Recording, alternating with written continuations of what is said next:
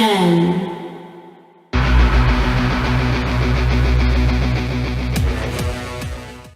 Salut à tous, c'est Sully Perfecten, j'espère que vous allez bien.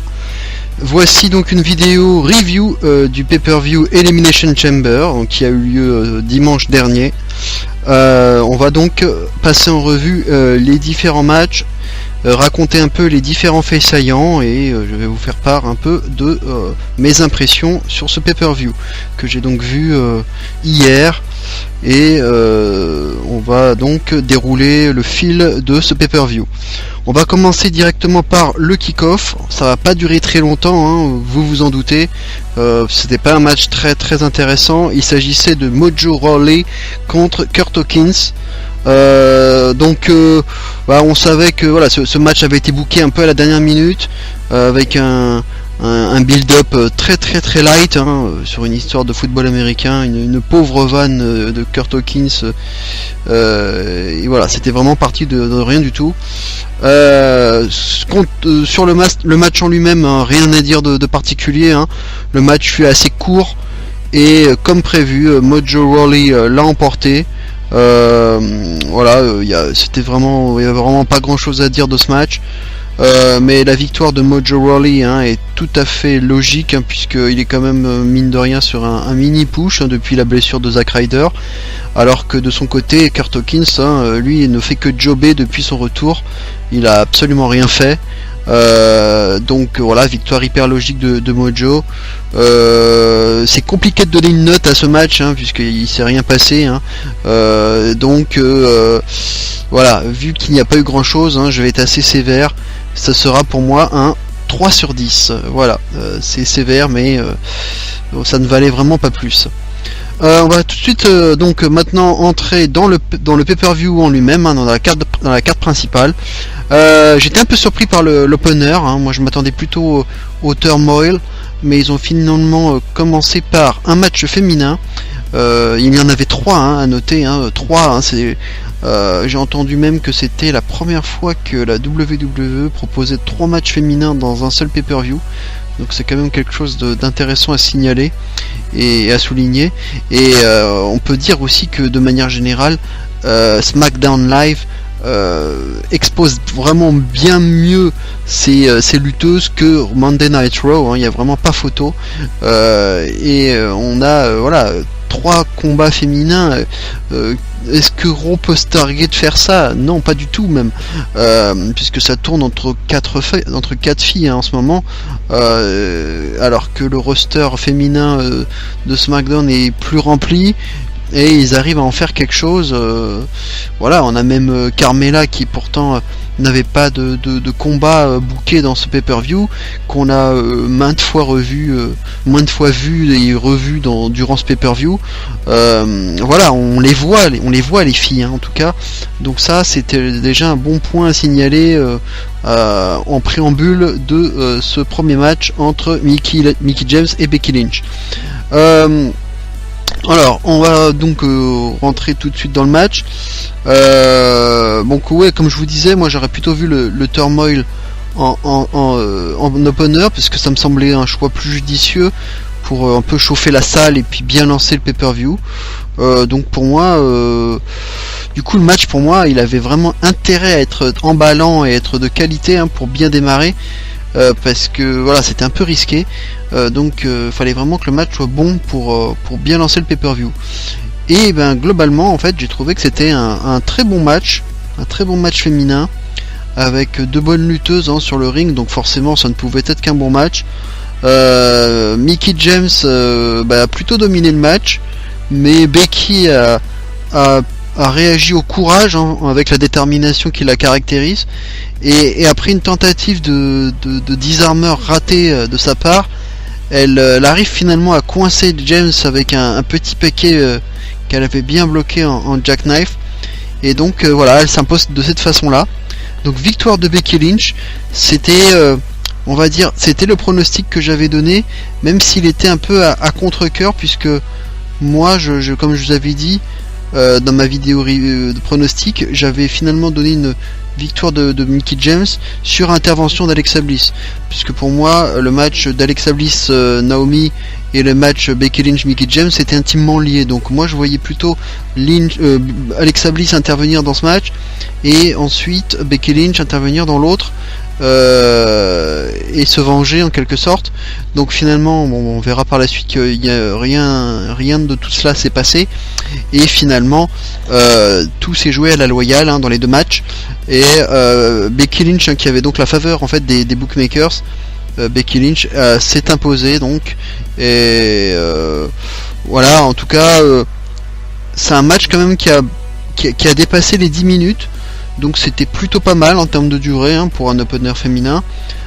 Niveau pronostic, donc voilà, moi j'avais beaucoup hésité là-dessus, donc ça n'a pas été le scénario que je vous avais donné, mais bon, voilà, bon, moi comme je vous avais dit, donc j'avais donné dans un autre, j'avais aussi donné, parce que je participe en ce moment à un concours de pronostic et dans lequel j'avais pronostiqué la victoire de Becky Lynch, donc j'avais donné l'autre version, c'est-à-dire celle des bookmakers, mon scénario ne s'est pas déroulé comme je l'avais envisagé. C'est un peu dommage pour Mickie James, parce que comme je vous disais, elle a rien gagné encore depuis son retour, que ce soit en match par équipe ou en combat solo. Pour l'instant elle fait surtout son boulot, on va dire, un peu à la Jericho, de mettre les jeunes en valeur. Donc pour l'instant elle ne fait que ça, mais bon, c'est pas une victoire choquante non plus, voilà, Becky Lynch c'est pas n'importe qui non plus, c'est la première championne de SmackDown, donc c'est pas non plus étonnant, mais bon voilà, j'aurais plutôt donné une victoire à James, au moins pour lui redonner un peu de crédibilité, parce que comme dans le dernier SmackDown elle avait quand même dit beaucoup de choses, que c'était elle qui avait un peu tracé la voie pour les autres, que sans elle il n'y aurait pas des Becky Lynch ou d'autres filles, et que voilà, c'est quelqu'un qui avait un gros palmarès. Donc voilà, pour moi du coup perdre son match avec le discours qu'elle a tenu la semaine dernière, ça fait un peu mal quoi, pour la crédibilité, ça la met beaucoup pas mal. Bon voilà, c'est comme ça. En tout cas le match fut de très bonne qualité, c'était un bon opener, et je lui ai donné la note de 7 sur 10, c'est une note qui est quand même très très plus que correcte, et on a vu vraiment deux bonnes techniciennes. Donc moi j'ai vraiment plutôt aimé ce match pour lancer ce pay-per-view. On passe au match suivant, donc le match handicap entre Kalisto, Apollo Crews et Dolph Ziggler de l'autre côté. Alors déjà le match a commencé tout de suite avec une petite surprise, puisque Dolph Ziggler est venu attaquer dans le dos Kalisto alors qu'il venait d'arriver sur la rampe. Il l'a carrément balancé contre le mur, contre les écrans, vraiment, donc au tout début là, et du coup ça a permis en fait à Dolph Ziggler de commencer sur un match simple, finalement, qui n'était plus un match handicap, un match 1 contre 1 contre Apollo Crews. Alors j'aurais dû, en fait, finalement, avec un peu de jugeote, j'aurais dû envisager ce scénario là, puisque vu la nouvelle attitude de Dolph Ziggler depuis son heel turn, on pouvait s'attendre éventuellement à ce qu'il nous fasse une attaque comme ça sur le plus faible des deux, de façon à avoir une égalité et de plus avoir de handicap. Donc au final c'est une stratégie plutôt intelligente de sa part, et à partir de ce moment là je me suis demandé si on allait revoir Kalisto, puisque du coup je me suis dit du coup la stipulation du match handicap elle tient toujours, ou c'est terminé, ou ça se transforme en match simple. Donc j'étais un peu resté là-dessus pendant les premières minutes du match. Je me suis demandé comment ça allait se passer, et finalement on a fini par voir Kalisto arriver en marchant un peu avec peine, il boitait un petit peu. Mais ce qui est arrivé un peu bizarrement, c'est que ce qui s'est passé, c'est que Crews a fini par faire le changement avec Kalisto, Donc Kalisto entre finalement sur le ring, mais on a l'impression que tout à coup il avait plus mal, il avait plus de douleur quoi. Donc au niveau du selling, c'était pas terrible de la part de Kalisto, hein, qui aurait pu quand même montrer davantage de difficulté à se mouvoir sur le ring. Et donc voilà, ce côté récupération express, c'était pas tout à fait, c'était pas vraiment crédible pour le bon déroulement du match quoi. En tout cas, après un bon travail à deux, hein, finalement, après que Kalisto soit entré sur le ring, un bon travail à deux avec Cruz, Kalisto laisse Cruz finalement terminer le boulot avec son spin-out powerbomb traditionnel, et finalement Cruz couvre Dolph Ziggler pour la victoire donc des deux, hein, victoire de Cruz et Kalisto. C'est finalement c'est bien que les deux aient gagné, hein, afin de ne pas les décrédibiliser. Ça semblait la meilleure chose à faire. Après, dans mes pronostics, moi j'avais dit que Dolph Ziggler alors j'avais bien sûr pronostiqué la victoire des Face, mais j'avais plutôt pronostiqué une disqualification de Dolph Ziggler, qui aurait utilisé plutôt une chaise, voilà, parce qu'il en aurait marre d'être à 2 contre 1, et que voilà, il aurait pris une chaise et puis il aurait tapé l'un des deux et il se serait fait disqualifier. Moi je voyais plutôt ça comme ça, ce qui permettait donc du coup, vu qu'il n'y aurait aucune défaite clean, ni d'un côté ni de l'autre, ça permettait justement de ne décrédibiliser personne. Donc pour moi ça me semblait plus judicieux de booker les choses de cette manière, et finalement en fait ils l'ont fait quand même d'une autre façon, mais qui était pas mal non plus finalement, puisque Dolph Ziggler, bien qu'il se soit fait piner de façon clean, donc on préserve les faces, hein, comme je vous disais, mais on a un Ziggler qui est en plein heel turn, et finalement ils ont quand même fait les choses d'une bonne façon, c'est-à-dire que Ziggler perd clean, mais derrière il se venge en éclatant la jambe d'Apollo Crews à l'aide d'une chaise.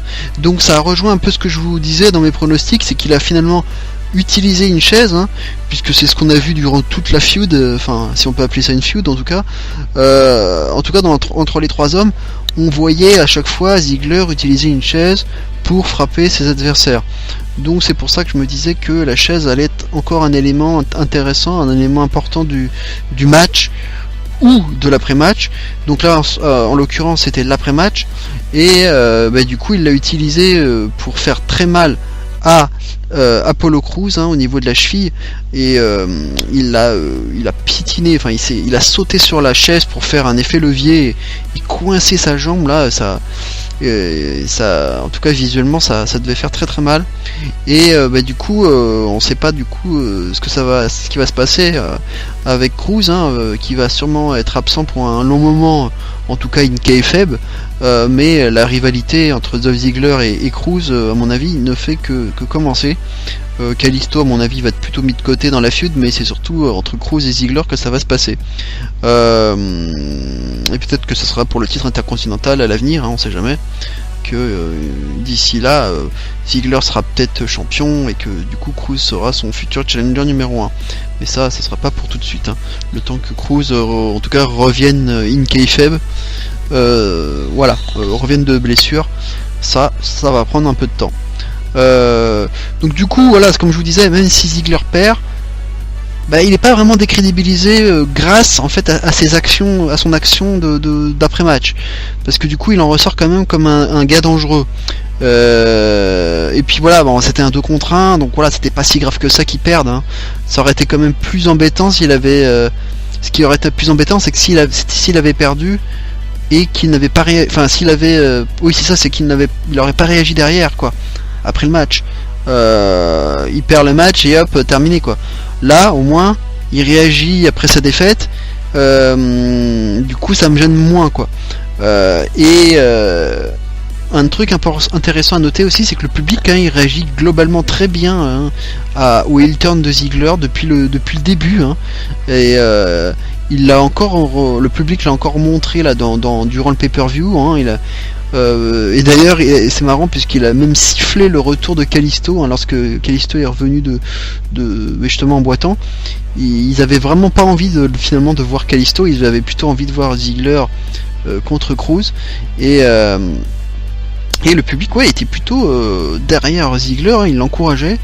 Notamment lorsqu'il a pété la jambe de Cruz, hein, ils étaient même en train de l'encourager, donc c'est très intéressant de voir la réaction du public qui est très favorable, en tout cas semble être favorable à ce heel turn. Donc ce heel turn est bien accueilli, et moi en tout cas je le voulais aussi, hein, personnellement. Il y a même à une certaine époque, il y a quelques mois de cela, j'imaginais même un Ziggler heel accompagné d'Alexa Bliss, donc alors pourquoi pas, ça pourrait arriver un jour, hein, qui sait, mais voilà, j'avais déjà envisagé ce heel turn qui me semblait être la bonne solution pour lui, puisque il tourne quand même pas mal en rond depuis plusieurs mois maintenant. Et donc sinon, concernant le match en lui-même, voilà, c'est un match assez quelconque. On peut, en dehors bien sûr du kick-off, je peux tout de suite vous dire que c'était le match qui a été le moins bon selon moi, de moins bonne qualité. Je ne lui ai donc donné que la note de 5,5 sur 10. Ça ne valait vraiment pas plus que ça, hein. Il n'y avait pas grand chose à dire d'intéressant au sujet de ce match. Et puis voilà, ce no-selling de la part de Kalisto, c'était un peu ridicule. Voilà, on passe tout de suite au match suivant, qui était l'un des gros morceaux de la soirée, le fameux Turmoil Tag Team Match, donc avec toutes ces équipes, hein, toutes les équipes de SmackDown, hein. Donc il y avait les champions American Alpha, il y avait Slater et Rhino, il y avait The Ascension, il y avait les Vaudevillains, il y avait Breezango et il y avait les Usos, hein. Je vous dis tout ça de tête, hein. Alors dans l'ordre, hein, donc on a eu Slater et Rhino qui ont démarré face à Breezango, et finalement Breezango ont finalement été éliminés grâce à un gore de Rhino, ce qui paraissait logique, hein, puisque ça paraissait logique pour moi que qu'une team heel perde en premier, puisqu'on avait au départ 4 team heel contre seulement 2 équipes face. Donc on pouvait déjà se douter que chaque confrontation durant ce turmoil opposerait une équipe heel à une équipe face. Donc à partir du moment où on avait un déséquilibre entre les heel et les face, il fallait en tout cas un déséquilibre en faveur des heels, il fallait donc qu'une équipe heel perde cette première confrontation. Donc forcément on allait plutôt avoir un Breezango perdant plutôt qu'un Slater Rhino. Du coup on s'est retrouvé avec au total 3 heels et 2 face, hein, après l'élimination de Breezango. On a alors vu les Vaudevillains arriver en troisième équipe, et le match a été très rapidement aussi gagné par Slater et Rhino grâce à un implanted DDT de la part de Slater, ou si vous préférez un Edgecution à la façon de Edge. Du coup là on était maintenant à une égalité parfaite, hein, 2 équipes heel, 2 équipes face encore en compétition. Du coup on avait ça permettait d'avoir à chaque fois des matchs heel contre face, hein, grâce à cet équilibre, et on a eu donc les Usos qui sont arrivés par la suite. Donc on a eu Slater et Rhino contre les Usos, et le match fut encore une fois court, mais remporté cette fois-ci de façon plutôt logique par les Usos, hein, puisque on voyait un Slater qui commençait à montrer des signes de fatigue, hein, dans ce match, après tout ce qu'il avait déjà fait auparavant. Et donc Slater se fait couvrir suite à un super kick de Jimmy Uso, et du coup les derniers faces qui restaient pour affronter les Usos arrivent, et il s'agissait bien sûr des champions en titre, les American Alpha. On a donc une confrontation, finalement la confrontation, on va dire, la plus attendue, ou en tout cas la plus intéressante, hein, qui pour moi était celle qui allait clôturer le match. Pour moi c'était la finale idéale, et finalement ça n'a pas été la finale puisqu'il manquait encore l'ascension derrière. Donc c'était pour moi le meilleur match, en tout cas la meilleure confrontation du Turmoil entre les Usos et American Alpha. Et au final, Gable, avec une belle manœuvre, arrive à couvrir, enfin en tout cas à piner Jey Uso et à éliminer donc finalement l'équipe des Usos. Voilà, avec un mouvement de jambe qui bloque l'adversaire et lui permet de couvrir, en tout cas de maintenir les épaules de Jey Uso au tapis. Un mouvement un peu à la Stone Cold Steve Austin. Du coup les Usos malgré tout n'en avaient pas encore terminé et Gable se fait d'abord kicker par l'un des Usos et ensuite les Usos balancent Jason Jordan directement sur le poteau, puis Chad Gable contre les escaliers à l'extérieur. Jason Jordan se prend alors un Samoan Splash de la troisième corde de la part de Jimmy Uso. Et The Ascension à ce moment-là arrive, donc la dernière équipe participante se pointe sur le ring. The Ascension, on le rappelle que c'était l'équipe donc qui avait gagné de façon un peu surprenante dans le dernier SmackDown, durant le match 3 contre 3 qui avait été organisé. Donc du coup on pouvait se dire que on se dit qu'ils vont peut-être pouvoir créer la sensation, les Ascension. Donc du coup on voit Victor qui arbore un nouveau maquillage qui faisait très Halloween, un peu un maquillage qui faisait un peu peur, et Connor lui il était arrivé avec un masque tout aussi effrayant. L'Ascension donc ne perd pas de temps, il tente tout de suite un Fall of Man, d'entrée de jeu, un Fall of Man sur Jason Jordan, mais qui réussit. Donc la sensation est très proche, mais Chad Gable arrive à contrer le pin au dernier moment, donc il bloque le tombé, il annule le tombé, donc ça a été très chaud. On a alors Connor qui balance Gable sur la corde et retombe à l'extérieur du ring. Ils attaquent à nouveau à Jordan qui se prend du coup un coup de genou de la part de Victor, mais il arrive quand même à se dégager du tombé. Jordan arrive même à revenir dans le match avec une belly to belly overhead suplex sur Victor. Il parvient même à faire le tag avec Gable, mais Connor envoie Gable à l'extérieur du ring. Gable esquive alors une corde à linge de la part de Connor qui était encore à l'extérieur du ring, et du coup Gable remonte vite dans le ring pour enchaîner, et tout de suite après l'American Alpha enchaîne avec un Grand Amplitude, donc leur finisher directement porté sur Victor, et Jordan bloque alors Connor au dernier moment pour l'empêcher d'intervenir, et victoire des American Alpha qui conservent donc leur titre. Pas trop de suspense, on peut le dire. C'était une victoire attendue de la part d'American Alpha. Je vous le disais. Du coup, vu le scénario du match, on devrait avoir a priori un American Alpha contre les Usos très prochainement pour les titres. Puisque je pense que c'est les Usos qui sont la plus grande menace au titre des American Alpha en ce moment, et ce sont ceux qui ont fait la meilleure impression avec les American Alpha durant ce match. Et à noter quand même que l'Ascension, après cette victoire donc surprise dans le dernier SmackDown, a été positionné donc en position de finaliste. C'est vraiment ils étaient quand même pas loin de l'emporter même. Donc peut-être que c'est enfin, je parle de façon hypothétique, mais c'est peut-être enfin le bout du tunnel, en tout cas la fin de leur booking horrible qu'ils subissent depuis maintenant 2-3 ans là, l'Ascension, depuis qu'ils sont dans le main roster. Donc ça sera intéressant à voir par la suite comment ils seront bookés par la suite, si ça va continuer à prendre de l'ampleur, ou si ça va plutôt être qu'un one shot de ce qu'ils ont pu faire avec les Ascension là. Donc on va voir ce qui se passera par la suite. En tout cas, globalement le match a été plutôt sympa, divertissant, et la stipulation du Turmoil est forcément il joue beaucoup de ce côté divertissant, le fait d'avoir une équipe éliminée, d'en avoir une autre qui arrive, etc. ce côté un peu gauntlet ou rumble si on peut dire.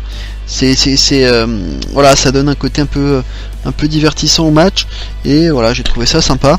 Même si voilà, globalement il y a quand même pas mal de matchs qui ont été vite expédiés, hein, notamment les premiers matchs. Ça c'est quand même les éliminations sont quand même pas mal enchaînées. Du coup voilà, le manque, il y a quand même eu un gros manque de suspense donc dans ce match.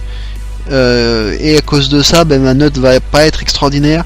Je ne vais donner qu'une note de 6,5 sur 10. Je pense pas que je puisse donner vraiment mieux, hein, pour ce match. Voilà, à cause du suspense qui était minime d'entrée de jeu. Beaucoup de matchs qui ont été bâclés, enfin en tout cas voilà, qui n'ont pas duré très longtemps. À part la confrontation entre American Alpha et les Usos, plus l'intervention sale des Usos en fin de match, il n'y a pas eu grand chose de plus d'intéressant à soulever par rapport à ce match. Voilà, on va passer alors on va voir ce qui se passera pour la team, hein. Peut-être que on parle beaucoup de Revival, donc est-ce qu'ils vont venir, est-ce qu'ils vont peut-être rentrer dans le main roster au moment de WrestleMania ou peut-être après WrestleMania. Voilà, moi j'attends de voir ce qu'ils vont faire, quels adversaires pour American Alpha, hein, vu que maintenant là c'est encore il n'y a plus de challenger numéro 1 à l'heure actuelle. Enfin, il y aurait les Usos, donc on va voir ce qu'ils vont faire. Il y a quand même des chances pour que les Usos soient les prochains challengers. Donc mais d'ici là, hein, WrestleMania c'est quand même dans 7 semaines, donc je pense que d'ici là ils auront déjà affronté les Usos, donc il y aura peut-être, s'ils conservent leur titre, ce qui est quand même possible, hein, probable même, je vois bien The Revival essayer d'aller les défier, ce qui serait quand même peut-être bonne nouvelle pour le roster par équipe de SmackDown. Donc on va passer maintenant au match suivant. Nikki Bella affrontait Natalya, donc un match simple, parce que il y aurait pu avoir une stipulation, hein, tellement cette rivalité est d'ailleurs toujours assez brutale, assez dure, aussi bien en termes verbaux qu'en termes physiques. Il y a eu beaucoup d'attaques, hein, avant ce match dans les différents shows, ça aurait pu valoir une stipulation, un truc no DQ, quelque chose en no DQ ou quelque chose dans le genre, quoi. C'est dommage, peut-être que ça aura lieu plus tard, peut-être pour WrestleMania, hein, mais pour l'instant c'était un match simple. Et donc à noter, donc comme je vous avais dit dans ma vidéo pronostic, Nikki Bella était à peu près, en tout cas quasiment chez elle, hein. En tout cas elle était dans son état d'origine, hein, qui est l'Arizona. J'ai remarqué du coup qu'elle arborait les couleurs violette et orange qui correspondent aux couleurs des Sons of Phoenix. C'est quelque chose qui m'avait sauté aux yeux, et forcément le public a apprécié, et ça aide forcément à susciter l'adhésion du public. Natalya était quand même assez stiff dans ce match. Elle a quand même bien joué son rôle de heel, et elle s'en est tout de suite pris aux jambes de Nikki, et elle s'est même pas mal moquée d'elle avec des You Can See Me, hein, toujours en référence bien sûr à John Cena. Le match est plutôt enlevé, avec du suspense. Natalya s'est relevée même plusieurs fois de tomber tentée par Nikki, notamment sur le Beautiful Disaster Kick à la façon de Cody Rhodes, ou même sur son coup d'avant-bras, hein, qui est pourtant l'un de ses finishers. Natalya arrive ensuite à porter une superplex de la 3ème corde et enchaîne avec un sharpshooter, donc c'est son finisher à elle. Mais Nikki arrive de façon miraculeuse à se sortir de la prise et à enchaîner avec un STF à la façon de John Cena. On croit alors que le match va être terminé, mais Natalya arrive quand même à aller chercher la corde. La bagarre continue alors à l'extérieur du ring. Nikki tente de remonter avant la fin du décompte, mais Natalya l'en empêche, et de façon un peu surprenante, le match se finit alors par un count out, donc un double décompte à l'extérieur. Donc ça c'était quand même la grosse surprise, puisque finalement il n'y a aucune gagnante dans ce match. Donc moi j'aurais jamais cru personnellement que qu'on allait avoir ça. Même les bookmakers d'ailleurs ne l'avaient pas vu venir, puisqu'ils étaient ils misaient plutôt comme moi sur la victoire de Nikki. En plus, comme je vous avais dit, Nikki Bella elle avait quand même pas mal subi la feud, puisque que ce soit verbalement ou physiquement.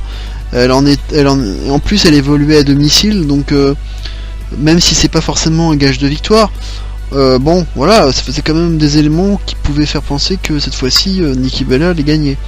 Mais on a vu ensuite, voilà, on a vu la bagarre qui a continué après le match malgré tout, et avec notamment un gros spear de Nikki sur la rampe, sur Natalya, mais directement sur la rampe à l'extérieur. Et ensuite Natalya finit par fuir directement. En tout cas, encore un bon match féminin après l'opener qu'on avait eu, d'une durée en plus qui était pas mal, ça a été à peu près d'un quart d'heure. C'est vraiment mérité cette victoire, enfin pas cette victoire, mais cette comment dire, ce qui était quand même mérité, c'était la note de 7 sur 10, puisque je lui donne une note de 7 sur 10 à ce match, donc la même note que Becky Mickey. Je pense que c'était voilà une note méritée, même si voilà, on n'est pas forcément, moi je suis pas très fan de Nikki Bella à la base, c'est un peu comme Roman Reigns, mais force est de constater que voilà, le match était quand même plutôt bon, avec voilà, assez brutal. Donc on était vraiment bien dans la feud là, et voilà, donc le match a continué, la bagarre a continué à l'extérieur, et voilà, c'est un match d'un quart d'heure, donc c'est quand même pas mal. Pour un match féminin, c'est quand même pas mal.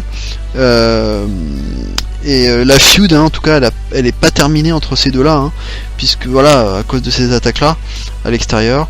D'ailleurs, on a même vu une bagarre backstage un peu plus tard. On a eu un segment avec une bagarre entre les deux à nouveau. On a même vu Maryse qui était pas loin et qui s'est même pris pas mal de poudre dans la figure suite à cette bagarre entre Nikki et Natalya. Donc cette feud, on peut dire, elle n'en finit pas.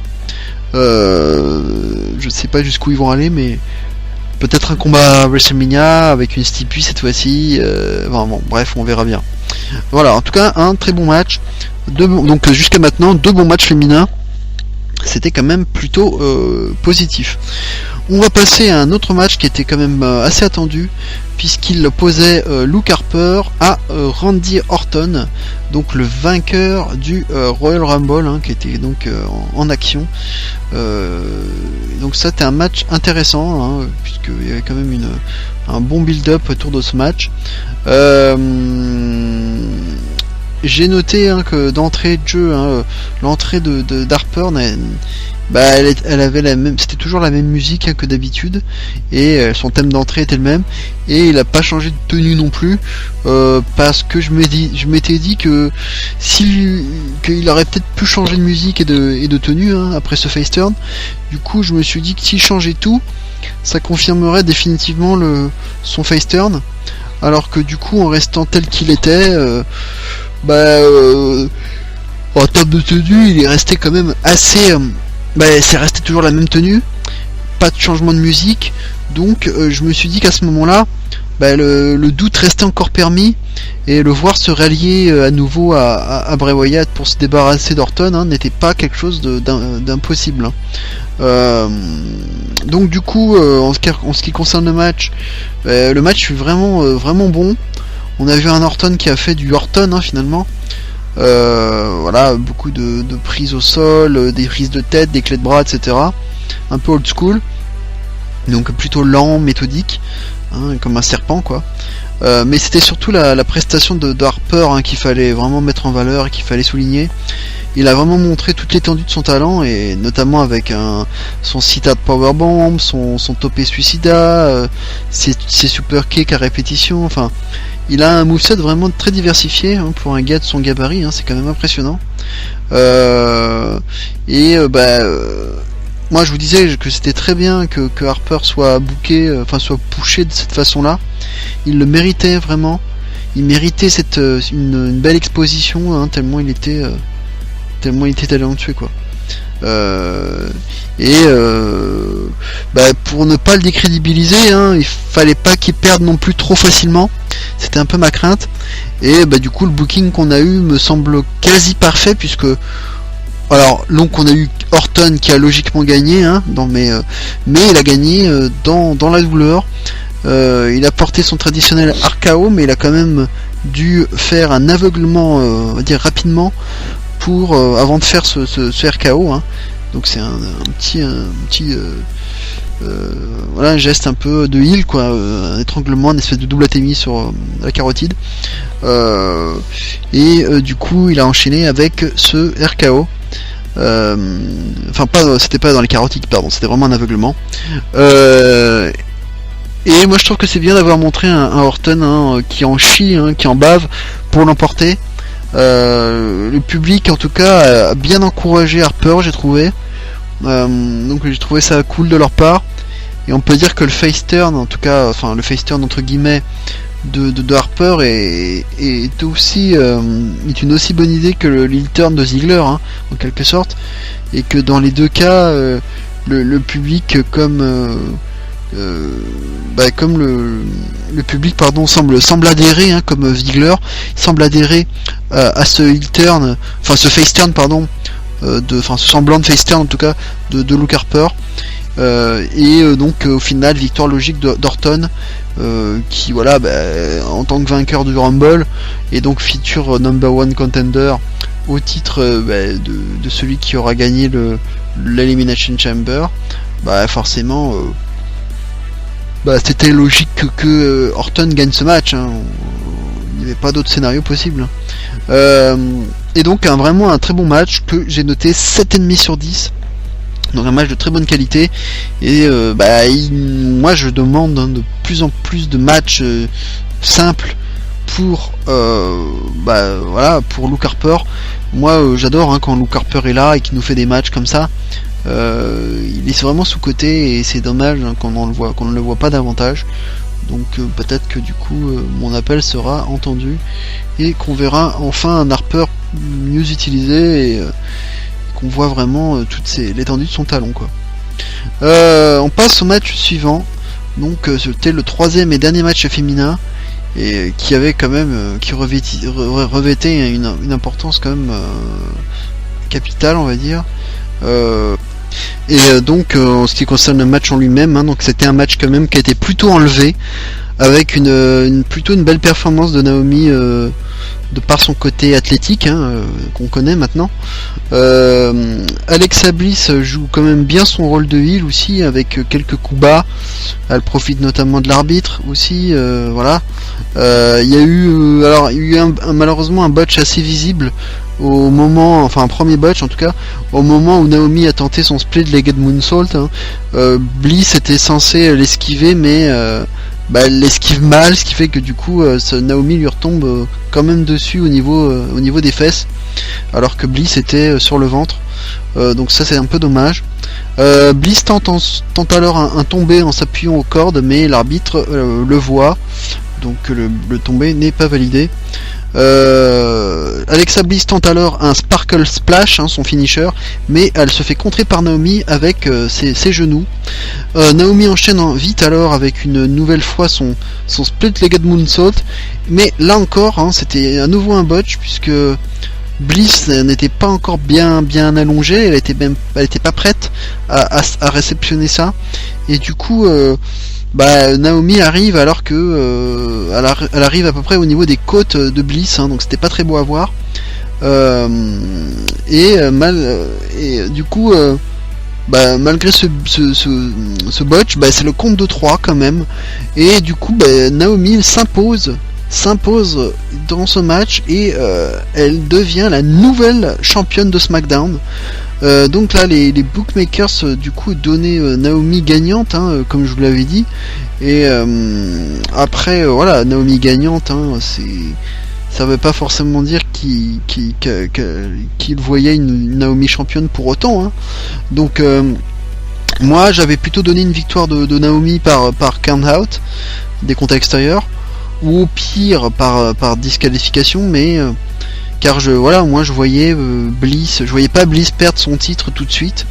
Et comme je vous le disais aussi, Naomi manque de charisme, elle a beaucoup de progrès encore à faire au micro. Du coup, moi ça me paraissait quand même compliqué de lui donner le titre, de lui donner le titre quoi. Et au niveau et au moins voilà, au moins ça lui permettra d'arriver à WrestleMania à domicile, hein, avec le titre en poche. En tout cas, voilà, si elle ne le perd pas d'ici là, elle pourra donc revenir chez elle à Orlando avec le titre. Donc au moins ça lui permettra d'avoir une belle petite pop, hein, a priori. Ça va être sûrement un beau WrestleMania moment pour elle. Globalement le match fut assez court, hein, au final. Même pas 10 minutes, hein, alors que c'est l'équivalent aussi du match féminin le plus court de la soirée, hein. Un peu paradoxalement, c'était le match le plus court de la soirée alors que c'était le match le plus important. C'est quand même assez étonnant. Donc finalement c'était le match le moins bon des trois. C'est quand même dommage. Au niveau de la note, hein, moi je le vois même en dessous, hein, donc des deux autres, et c'est quand même malheureux que ce soit ça. Et je lui donnerai la note de 6 sur 10. Notamment de la part 6 sur 10 notamment à cause de la faible durée du match et des deux botches, hein, sur les deux split leg moonsault de Naomi. À noter aussi, hein, qu'aucune intervention extérieure n'aura eu lieu dans ce match, tout comme donc le Becky contre James, alors que ces deux matchs, donc comme je vous avais dit, avaient été signés en même temps dans un segment à SmackDown, et qu'ils semblaient quand même assez liés l'un à l'autre. Donc pas d'intervention extérieure, donc deux victoires clean, hein, de la part des deux faces, hein, de Becky Lynch et de Naomi. Ça a été un petit moment sympa. Bon, on peut se dire quand même que Naomi le mérite, puisque elle est là depuis maintenant un certain nombre d'années. On sentait qu'il y avait du potentiel, mais elle a jamais vraiment eu. Il manquait quelque chose. Il manquait quelque chose quand même pour qu'elle aille jusqu'au niveau du titre. Et on sent quand même que SmackDown, hein, c'est vraiment un peu leur politique, si j'ai envie de dire, par rapport à Raw. C'est vraiment le côté c'est la terre des opportunités, quoi. C'est les opportunités, on les a à SmackDown, beaucoup plus qu'à Raw, et du coup on peut avoir des champions plus, on va dire, plus surprenants, des gens qu'on n'a pas forcément l'habitude de voir sur le devant de la scène. Donc ça c'est pas mal du côté de SmackDown d'avoir ça. Voilà, comme je pense à Slater et Rhino qui étaient champions par équipe. Là on a Naomi championne. Là, on a un Luke Harper là qui est en train de monter en puissance. Donc c'est bien de mettre en avant des gens qui d'habitude n'étaient pas trop dans la lumière. Donc ça c'est vraiment l'une des marques de fabrique, j'ai envie de dire, de SmackDown. Et Naomi du coup va être a priori, sauf changement de ceinture de dernière minute, mais a priori Naomi pourra arriver chez elle à Orlando avec la ceinture de championne. À noter aussi un petit moment marrant, c'est qu'en dehors des deux botches qu'elle avait fait sur les split legged moonsault, elle avait essayé d'enfiler sa ceinture elle-même, mais elle n'y est pas parvenue. Donc elle était un peu malchanceuse sur ce coup-là, la pauvre. Mais voilà, il y a eu un petit discours après, une petite interview, une petite promo où elle montre sa joie, elle était très émue, et là je pense que c'était vraiment la réalité, hein, qu'on n'était pas dans du chiquet. Voilà, en tout cas, autre chose, hein, je vous avais dit en début de vidéo que tout au long du pay-per-view on a vu Carmella un peu en fil rouge, qui était interviewée dans les loges accompagnée de James Ellsworth, et on l'avait aussi vu au kick-off. On l'avait d'ailleurs, elle était assez insupportable. Elle était dans son rôle, hein, bien sûr, elle était dans son rôle de heel, de peste, on va dire, où elle n'était pas concentrée sur ce qui se disait dans le panel. Elle était toujours sur son téléphone, ou elle regardait ses ongles, elle regardait sa montre. Elle était très mal polie. Après, elle a demandé un café, voilà, un peu en prenant les gens de haut, et finalement elle est partie avec James Ellsworth en plein panel, quoi. Enfin voilà, en tout cas on a vu une vraie peste, Carmella en mode peste. Du coup je sais pas trop le but de tout ça durant ce pay-per-view, de montrer ça. Donc du coup je me demande si on va pas nous teaser peut-être un Naomi contre Carmella. Mais bon, déjà il faudrait que Bliss ait son rematch, puisqu'a priori Bliss va activer sa clause de rematch. Donc on verra comment ça se passera, puisque peut-être que ça va se passer directement dès cette semaine, enfin même ce soir, cette nuit dans SmackDown, hein, puisque à l'heure où je suis en train de vous parler, le SmackDown de cette semaine n'a pas encore eu lieu. Donc peut-être que ce que je vous dis là va être déjà un peu dépassé, et qu'il se sera passé d'autres choses depuis, et que peut-être que Alexa Bliss aura eu son rematch d'ici là. Donc peut-être que mon discours ne sera plus d'actualité d'ici là. Voilà, on va passer maintenant au gros morceau, au dernier morceau même, le main event du match, du pay-per-view, bien entendu, l'Elimination Chamber. Alors on va aller tout de suite dans l'ordre. On a d'abord Dean Ambrose qui arrive en première position. On a ensuite Baron Corbin. Enfin, quand je dis en première position, c'est pour prendre place dans les cellules, hein, pas en première position dans le combat. Donc Ambrose occupe la première cellule, Baron Corbin la deuxième cellule, Le Miz la troisième cellule, et enfin Bray Wyatt dans la quatrième cellule. On a donc du coup d'entrée de jeu un rematch, hein, un espèce de dream match en quelque sorte, hein, rematch du Rumble entre John Cena et AJ Styles. Donc ça a quand même de la gueule, hein, pour commencer. Les deux ont montré déjà de belles prises, hein, notamment le Sunset Flip Powerbomb de John Cena maintenant, auquel on est maintenant habitué avec lui. Et on a eu aussi un Torture Rack Powerbomb ou un Ushigoroshi de la part d'AJ Styles. Ambrose arrive alors, donc il entre dans le match en position de numéro 3. Il s'illustre rapidement avec une grosse descente du coude directement, sa grosse descente habituelle, du coude directement sur John Cena, mais porté du haut de la cellule. Donc c'était le premier gros spot du match à ce moment-là. On peut noter aussi que la cage, hein, a quelque peu changé depuis la dernière fois qu'on l'avait vue il y a 2 ans. Hein. Elle est quand même un peu plus safe, un peu plus protégée. Les chaînes ont été remises d'aplomb en forme de carreau. Le sol a changé. Ça c'est un petit peu dommage, parce que c'est vrai qu'avant on avait une espèce de grillage, hein, enfin de par terre, des grilles métalliques. Donc les chutes étaient, on l'entendait, hein, ça tapait bien, on sentait on entendait bien le son du métal. Donc on sentait le côté dangereux de la cage. Là maintenant on avait plus l'impression d'avoir des tapis qu'une vraie grille en métal, en acier. Donc c'est dommage, mais voilà, ils ont voulu la rendre plus safe. Mais globalement c'est plutôt une belle structure. Voilà, si ça peut permettre d'avoir une structure utilisable plus facilement que les années précédentes, et d'avoir un pay-per-view, un Elimination Chamber chaque année, moi bien sûr je ne dis pas non. Donc on revient au match. Donc en dehors donc de cette nouvelle cage, donc des nouvelles lumières aussi qu'on a pu voir, des nouvelles cellules. Je suis un peu déçu quand même, donc de ce sol, comme je vous disais. Moi j'aimais bien en tout cas. Maintenant, alors au niveau du match, donc Wyatt donc arrive ensuite en position de numéro 4, pendant que tout le monde à ce moment là était au sol.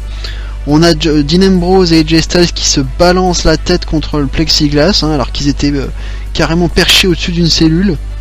On a ensuite un nouveau gros spot avec Dean Ambrose qui envoie Bray Wyatt en powerbomb, pendant que Styles retombe en même temps sur le dos, hein, donc c'était une espèce de tour infernal en quelque sorte.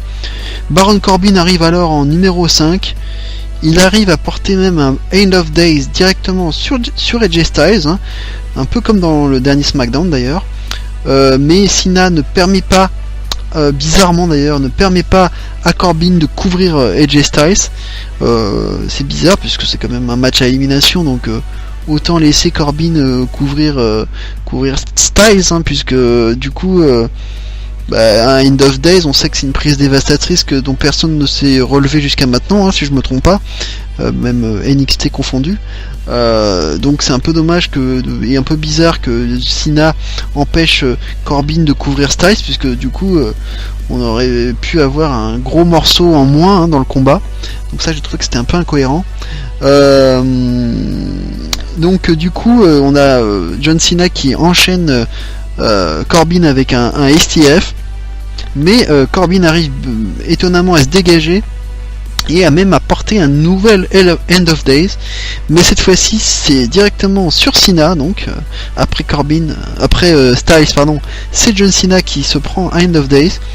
On a un Corbin qui à ce moment-là est en feu, car Styles et Cena sont complètement KO à terre sur le ring, et il envoie même Ambrose contre les chaînes, et on voit le Miz, hein, qui doit alors à ce moment-là intervenir, enfin entrer sur le ring, hein, en dernière position en tant que 6ème entrant, mais il reste un peu en mode froussard dans sa cellule pendant qu'on voit Corbin qui l'attend, et il le regarde. Et du coup, en attendant, on a Dean Ambrose qui en profite pour lui porter un roll-up et l'éliminer. Donc là, c'était une grosse sensation, hein, cette élimination de Corbin, puisque les bookmakers, hein, comme je vous avais dit dans ma vidéo pronostic, les bookmakers indiquaient plutôt une élimination d'Ambrose en première position.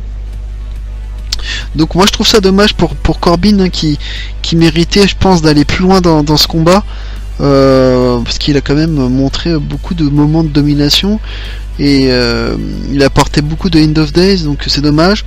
Mais on a quand même Corbin qui s'est vengé après son élimination et a attaqué Ambrose en l'envoyant de façon spectaculaire contre le plexiglas d'une cellule. Donc on a vu le plexiglas qui s'est complètement barré, hein, qui s'est pas brisé, mais en tout cas la vitre s'est désolidarisée de la cellule. Et à ce moment-là, donc il achève Dean Ambrose avec à nouveau un End of Days, hein, donc c'était le 3ème End of Days de la soirée. Et à ce moment-là, les arbitres obligent Corbin à sortir de la structure.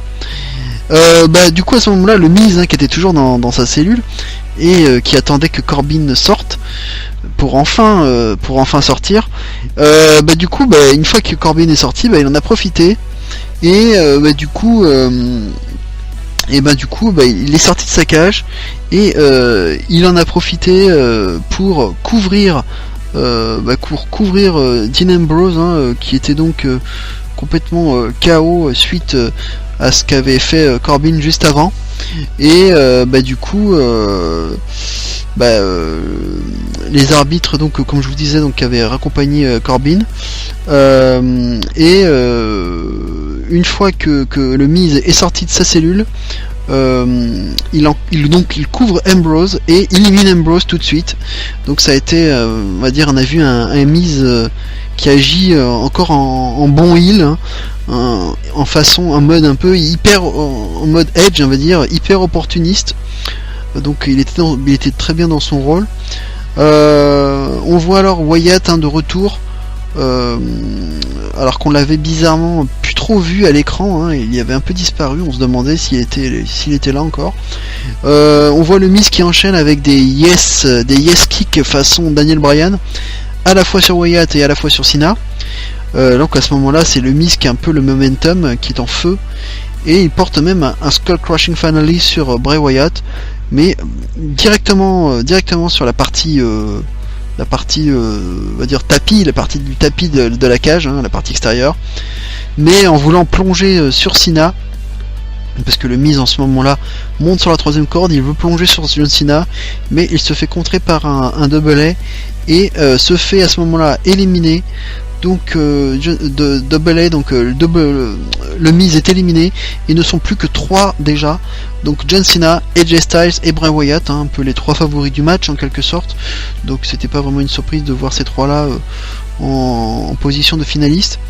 On voit donc Cena en ce moment là qui prend le dessus sur les 2 autres, en portant un double 5 knuckle shuffle, puis un double A sur Bray Wyatt. Il se tente ensuite un double A sur AJ Styles, mais AJ Styles le contre avec un Styles Clash carrément, mais Cena arrive quand même à se dégager du Styles Clash, étonnant. Styles alors tente un Phenomenal Forearm raté, mais Cena enchaîne avec un double A, mais Styles se dégage d'extrême justesse du double A. Ça c'est un grand moment aussi. Cena monte alors sur carrément en haut d'une cellule et plonge sur Wyatt et Styles à la fois. Wyatt contre alors à ce moment là un double A et enchaîne avec un Sister Abigail pour le compte de 3. Cena éliminé, donc on avait à ce moment là un nouveau champion assuré. Donc petite sensation là, élimination de Cena par Bray Wyatt. C'était un énorme moment. Du coup le public est un peu en folie là, puisqu'on a une finale entre AJ Styles et Bray Wyatt, donc 2 lutteurs appréciés de la foule. Donc du coup on voit les deux qui se rendent coup pour coup. Styles qui réussit un Springboard 450 Splash, mais Wyatt malgré tout se dégage. Il tente alors Styles tente alors un Phenomenal Forearm, mais Wyatt le contre avec un Sister Abigail porté très très rapidement pour la victoire. Donc Bray Wyatt l'emporte, nouveau champion. Finalement la logique était respectée. C'était vraiment le méga favori du match, surtout depuis que Orton avait remporté le Rumble. C'était vraiment on savait presque d'avance que Wyatt allait probablement gagner l'Elimination Chamber. Donc c'était un peu le problème de la victoire d'Orton au Rumble, puisque quelque part ça a tué tout suspense. C'est un peu ça qu'on peut reprocher, mais globalement au niveau du match, le match fut bon malgré ce résultat attendu, mais ça fait quand même une sacrée impression, ça fait quelque chose de voir Wyatt champion, parce qu'il le mérite vraiment énormément, et je suis vraiment content pour lui, un peu à l'image de ce qu'il est en train de faire avec Harper. Et du coup mine de rien Bray Wyatt qui n'avait encore rien gagné il y a encore quelques mois de cela, arrive à enchaîner avec les titres par équipe et maintenant le titre WWE, donc en seulement quelques semaines. Donc du coup son palmarès commence vraiment à se garnir de façon intéressante. Donc le match en lui-même, je l'ai noté 8 sur 10. Je pense que j'en ai vu des meilleurs dans le passé, des Elimination Chamber, mais celui-ci quand même plutôt correct, même plus que correct. Ce que je reprocherais surtout, c'est le départ un peu prématuré de Corbin, qui était un peu dommageable. Mais à part cela, les 6 compétiteurs ont pu montrer quelque chose, chacun à leur manière. Wyatt était quand même assez discret dans la première partie du combat, mais on l'aura surtout vu on va dire dans le money time du match. Après après le pay-per-view, j'ai regardé un peu Talking Smack qui a suivi le show, donc j'étais étonné de voir d'entendre Brian dire que il restait encore 7 semaines d'ici WrestleMania, que beaucoup de choses pouvaient se passer, et que c'est pas sûr que Orton affronte Wyatt à WrestleMania, quoi. Donc du coup j'imagine que c'est plutôt pour nous embrouiller qu'il nous dit ça, mais bon, j'espère quand même que ça ne bougera plus et qu'on aura bien un Orton Wyatt, puisque ça paraît le match le plus logique, au vu de toute la storyline qu'on nous a pondu depuis le début entre ces deux là. Donc alors après on verra, mais peut-être que John Cena pourrait demander son rematch d'ici là, mais en tout cas je ne vois pas Bray Wyatt perdre son titre avant WrestleMania. Ce qui est dommage, c'est qu'au final, le règne de Cena n'aura duré que 2 semaines, alors que c'était quand même le 16e titre de John Cena, qui était quand même pas n'importe quoi, c'était très très symbolique, c'était le record, il égalait le record à ce moment-là de Ric Flair, donc pour moi c'est quand même pas très respectueux pour Ric Flair, du coup de faire exploser de faire voler son record de 16 titres pendant 2 semaines seulement. C'est un peu dommage, mais bon, c'était tellement prévisible cette victoire de Wyatt, que voilà, ça ne pouvait être qu'une défaite de Cena et donc un changement de ceinture. Un petit bilan final donc sur ce pay-per-view, puisqu'on arrive quand même à 1 heure de vidéo, donc je vais conclure. Donc c'était un pay-per-view qui était globalement bon, plus que correct.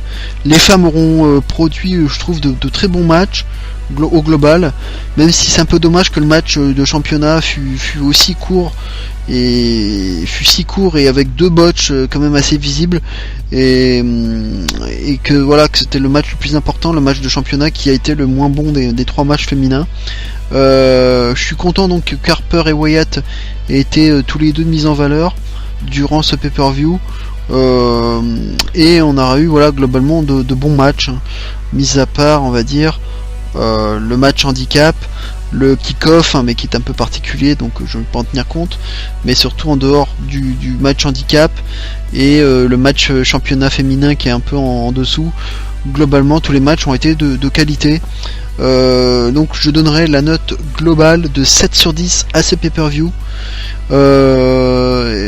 Mais si j'avais fait la moyenne de mes notes, ça aurait donné exactement 6,3, mais c'est à cause du kick-off que j'avais noté 3 sur 10 que cette moyenne était plombée, donc sans la moyenne, sans la note du kick-off, je tourne plutôt autour de 7, et voilà, je ne pense pas que ce pay-per-view méritait une moyenne de 6,3, donc voilà, je pense que autour de 7 ça me semble plus cohérent au vu de ce qu'on a vu dans ce pay-per-view. Voilà, ma review se termine là. J'espère que ça vous aura plu. N'hésitez pas à faire vos commentaires, et j'espère que à transmettre l'information autour de vous, faire diffuser cette vidéo à un max de personnes. J'espère que je ferai un grand nombre de vues. Donc on se retrouvera de toute façon très rapidement pour les pronostics de Fastlane, puisque c'est déjà dans 3 semaines, donc la road to WrestleMania, on est en plein dedans, et là petit à petit les feuds vont se construire, et on va y voir plus clair sur ce qu'ils vont vouloir nous faire. Pour l'instant, au niveau de SmackDown, on va voir ce qu'ils vont faire avec Cena. Est-ce qu'ils vont l'associer bien à Nikki contre le Miz et le Miz? Est-ce que AJ Styles va vraiment affronter Shane McMahon? Est-ce que le fait que Corbin est éliminé est-ce que Corbin va avoir quelque chose, un match de championnat intercontinental par exemple, au vu de ce qu'il aura produit durant ce combat quand même. Voilà, il y a plusieurs questions qui se posent, donc j'ai hâte de voir ce que ça va donner, et de voir où ils veulent en venir dans certaines des storylines. Voilà, donc on se retrouve très bientôt. Je vous souhaite en tout cas une bonne fin de semaine, une bonne semaine à vous. On est que mercredi, donc on va dire toute la semaine à venir. Passez-la bien, regardez Elimination Chamber, et dites-moi ce que vous en avez pensé. D'ici là, on se retrouve très très vite pour une prochaine vidéo. Et d'ici là, bien entendu, vive le catch. Ciao.